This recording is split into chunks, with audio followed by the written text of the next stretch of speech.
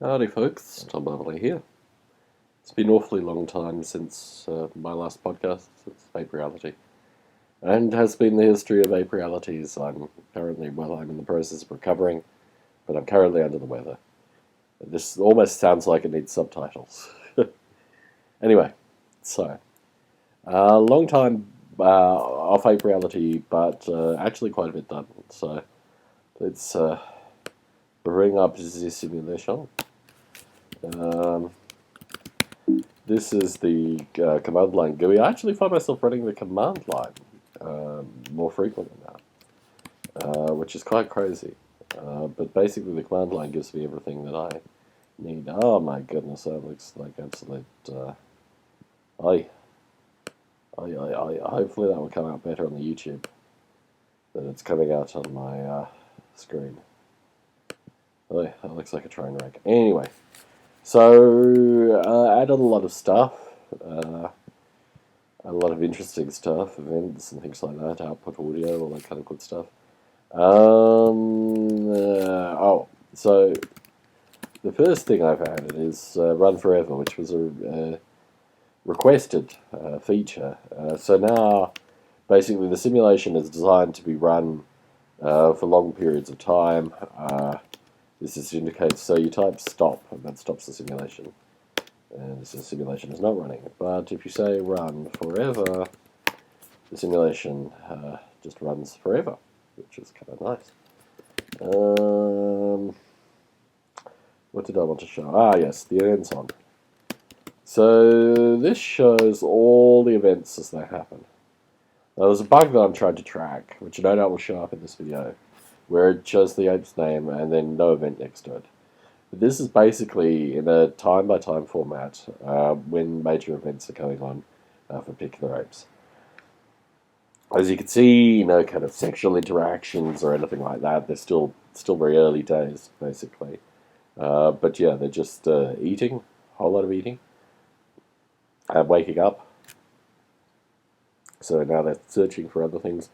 But yeah, this is actually a really interesting window into the simulation, because you get to see events as they happen in real time, and because you get used to swimming, eating, these kind of things in terms of just what it looks like visually, you can then, when something really exciting happens, like talking or mating or all that kind of stuff, then you get to see that very much as it occurs.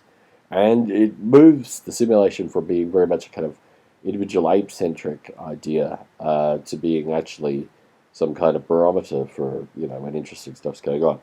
For the purposes of recording this video, obviously nothing interesting is actually happening.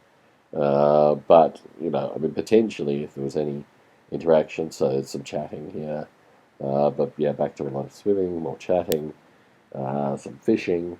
But yeah, you can see the kind of event cycles, and as they occur through time, while the simulation is just running on the background. I actually think it's a pretty cool feature. So let me just turn it off.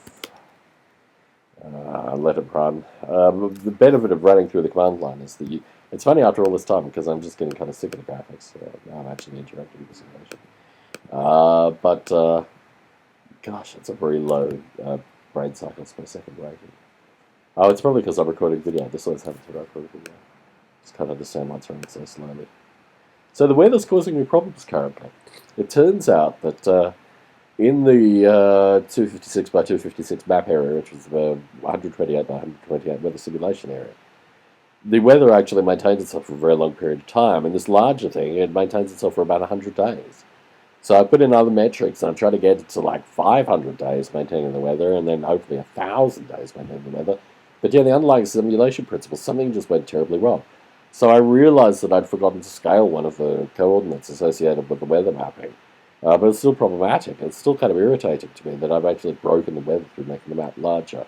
And I just need to work on actually improving the underlying weather map mapping. So that's an ongoing project. But as these things happen, because it's so unbelievably sexy and exciting, it's not something I've worked on, at least in the past 3 weeks. The other thing I want to do is get involved with graphic artists and just actually improve the visuals of the simulation as well. Long time coming, but particularly, with this kind of interface, the kind of narrative engine interface where you've got these things going on. you want to be able to provide something that folks will be receptive to visually as well, because this is just all kind of cheesy otherwise. Let me see. So, what can I show? Ah, yeah, the audio. That was something I wanted to show. So, the ape spoken word stuff now is still relatively early days. Let's control brain code. So let's see. 28 is particularly interesting. It's the easiest way. Still not very interesting.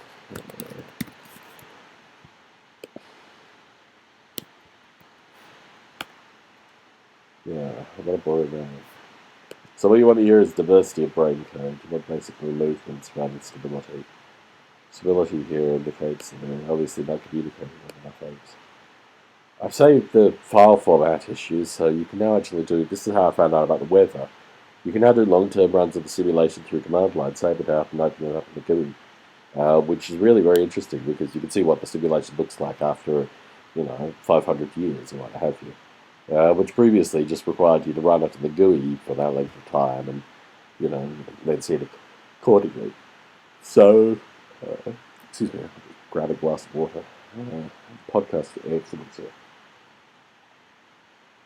So, yeah, there are a number of aspects of the simulation that I'm still interested in working towards, but as for now, it's getting things like the weather working right, and then actually improving the interface with the view that folks want to add a GUI over the top, or a more meaningful GUI, where they'll have access to the underlying elements. But I'm also really interested in this whole kind of data science space. But obviously, the node simulation is kind of, butted up to with potential likes of Google and others using it. But there's a whole language associated with actually interrogating large data spaces, and I think that which is SQL based on one end, but also Hadoop based on the other, which is a kind of Java interface into large data.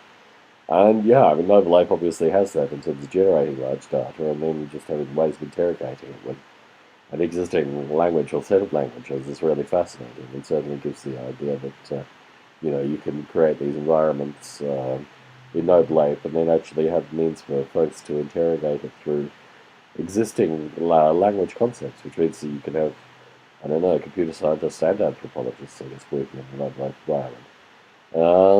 So let's see where we are in terms of language. Let's watch off. Let's epic again. Oh my goodness, this is just annoying.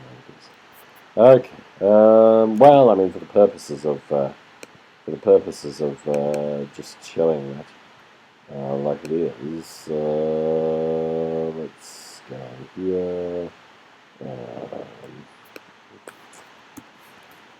So what we want here is the and there's a simulation. And okay, so let's just stop the simulation.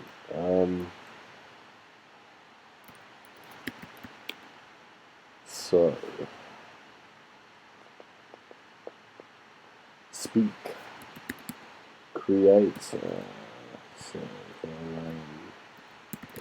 view test.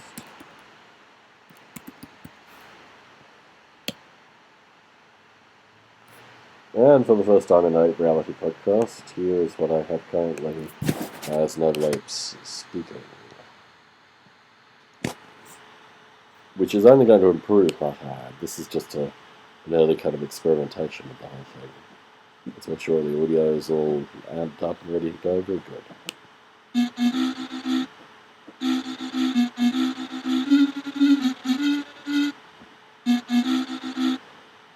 So this will change. Obviously, there need to be more kind of resonant frequencies, but the idea is that it creates an audio file which directly represents the ape speech patterns. This is too long as well for what they have. I mean, this is a kind of brain dump of it. So the audio needs to be kind of more granular, which means probably more complex kind of phoneme elements and shorter denser, more interesting photos. And then, yeah, just a kind of more coherent output with the view that if this could be done in real time, you can then hear the ape speaking and the environment kind of stare at its face and all this kind of stuff. But yeah, obviously the audio part needs to change a bit too. This would really my own early experimentation. I haven't worked on it for about a month now. But the idea is that the apes will have, you know, recognizable resonant audio that can then be generated on the fly or pumped into the simulation, which is the other thing. This is what it's doing is generating a relatively large file of the audio. But what it should actually be doing is pumping the audio out in real time into the simulation environment of all the apes together doing that, which is relatively easy to recode, but it's presented here just so people can access it currently. There's a lot of work that could be done on this, and actually my interest is getting in folks who are, linguists and these kind of things. Primatologists too, potentially, in terms of just actually changing the audio frequencies to be more representative of, apes and ape audio generation. So this whole thing is waiting to be rewritten, really. It's just giving the interface, which obviously will then port into the real-time engine and these kind of things. But anyway, so this is the ape speaking currently. It's just another element to the simulation.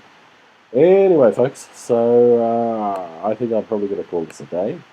But yeah, apologies for lack of ape realities. I mean, obviously my voice is currently, you might get a sense of why I have been recording. It's most recently. But yeah, certainly not for want of actually getting information out there about what's going on with Open Lake. I mean, my primary use of the simulation now is in terms of implementing these kind of features and just running it over periods of time. So, what you see in the simulation is primarily represented in code, my time spent in simulation. And the stuff outside of that, things like Open Reality, maintain documentation, doing releases, these kind of things, is pretty well secondary to actually getting you interacting with the code. That's a very nice brain there. I really just love the, the representations here. Yeah, it's a very interesting interaction in terms of just the way the actuators and sensors are working there. Anyway, Tom Barbalet in the Bay Area. You may be able to hear the sirens. Signing up.